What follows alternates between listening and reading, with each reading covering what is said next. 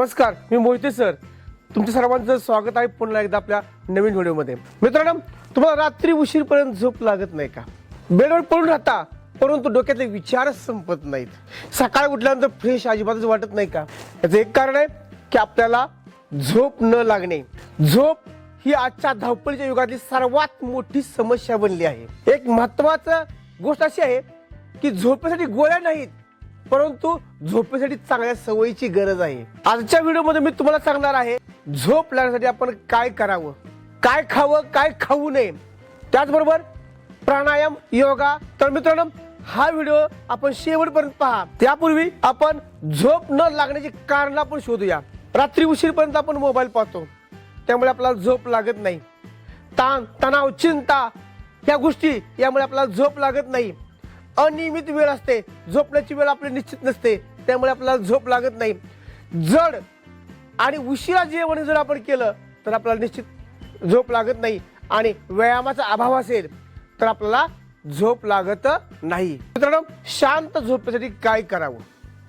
पहिला उपाय आहे झोपण्याची वेळ आपण निश्चित ठेवली पाहिजे. झोपत असताना आपण नियमित कधीच एका टायमाला झोपत नाही, त्यामुळे सुद्धा आपली झोप मोड होण्याची शक्यता अधिक असते. म्हणजे झोपण्याची वेळ आपली ठराविक असली पाहिजे आणि उठण्याची वेळ आपल्याला निश्चित असली पाहिजे. म्हणजे आपल्याला गजर लावण्याची कोणतीही गरज पडली नाही पाहिजे.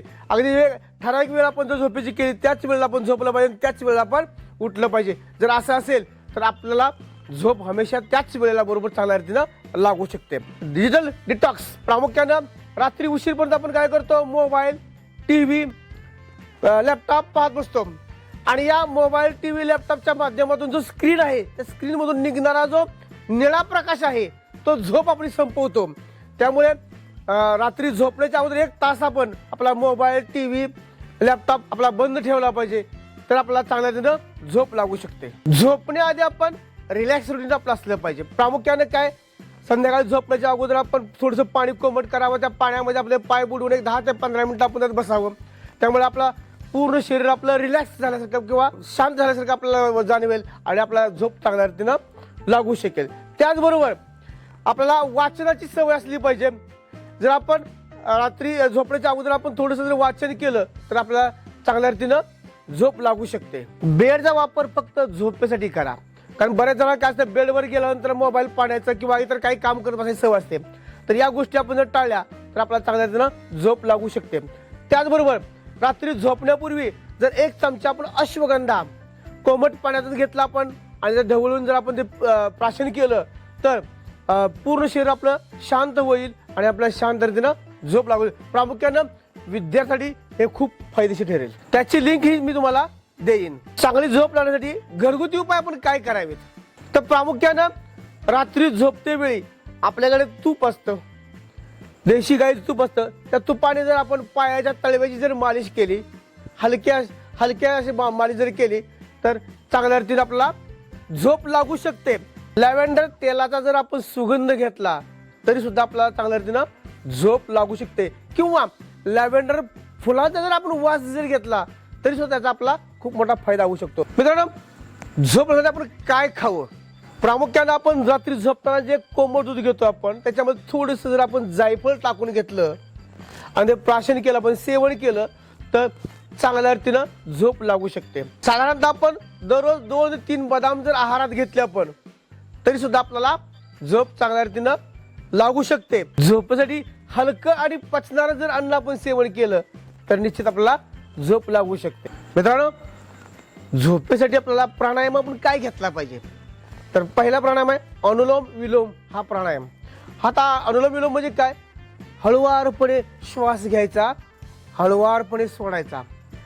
यामुळे मेंदू आपला पूर्णपणे रिलॅक्स होतोय आणि चांगल्या रीतीने आपल्याला झोप लागू शकते. दुसरा प्राणायाम आहे भ्रामरी प्राणायाम. आता भ्रामरी प्राणायाम म्हणजे काय? जसं आपण आता श्वास घेतोय, आपण हळुवार सावकाशपणे श्वास घेतोय आणि सोडताना भ्रामर म्हणजे भुंगा, म्हणजेच मधमाशीचा जसा आवाज आहे त्या मधमाशीच्या आवाजात आपण जर श्वास सोडत गेलो आपण तर याच्यामुळे आपलं पूर्ण शरीर काय होतं? मोकळं होतं, मेंदू रिलॅक्स होतो आपला आणि आपल्याला शांत झोप लागू शकते. पुढचं आसन आहे बलासन. मित्रांनो, या बलासनामुळे काय होतं की मेंदू आणि आपली पाठ हे पूर्णपणे आपली मोकळी होते. आता हा बलासन कसा करायचा, तर आपले जे पाय आहेत असे उलटे पाठीमाग करायचे, त्या पायावरती आपण बसायचं आणि हळुवारपणे असं पुढे पुढे सरकत आपण असं भुईसपट असं व्हायचं, जेणेकरून त्या माध्यमातून आपल्या पाठीचा व्यायाम होतोय, मेंदूचा व्यायाम होतोय आणि पाठ आणि व्यायाम पूर्णपणे हलके होते. त्यामुळे आपल्याला शांत झोप लागू शकते. पुढचा मुद्दा आहे शवासन.